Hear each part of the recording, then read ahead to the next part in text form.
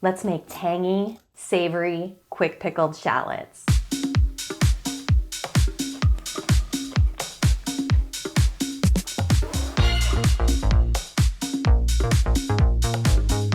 Pickled shallots add this vibrant flavor to everything from tacos and wraps and sandwiches to bowl meals like grain bowls and salads.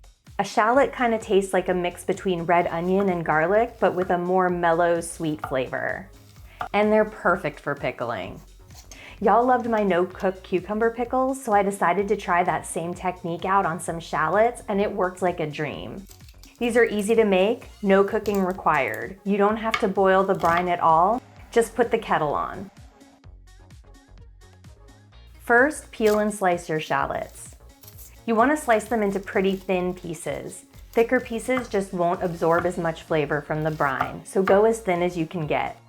Now, grab yourself a clean glass half-pint jar and add apple cider vinegar, sugar and salt, black peppercorns and crushed red pepper flakes, and a smashed clove of garlic.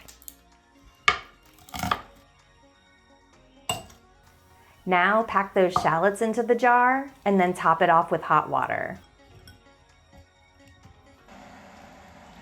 Screw the lid on tightly and then shake, shake, shake that jar. Since we're not boiling the brine, that vigorous shaking is what's going to help the sugar and salt dissolve into the vinegar water mixture. Let that sit on the counter for 20 minutes so the flavors can meld, then stick it in the fridge. These are refrigerator pickles, meaning that they're not shelf stable. You don't have to sterilize the jars, you don't have to worry about the acidity or if you're using enough salt. And the trade-off for that is that instead of keeping it in the pantry, you store these in the fridge for up to 3 to 4 weeks. You can eat these immediately or after the 20 minutes, but the longer you can wait, the better and richer and deeper those flavors are gonna get.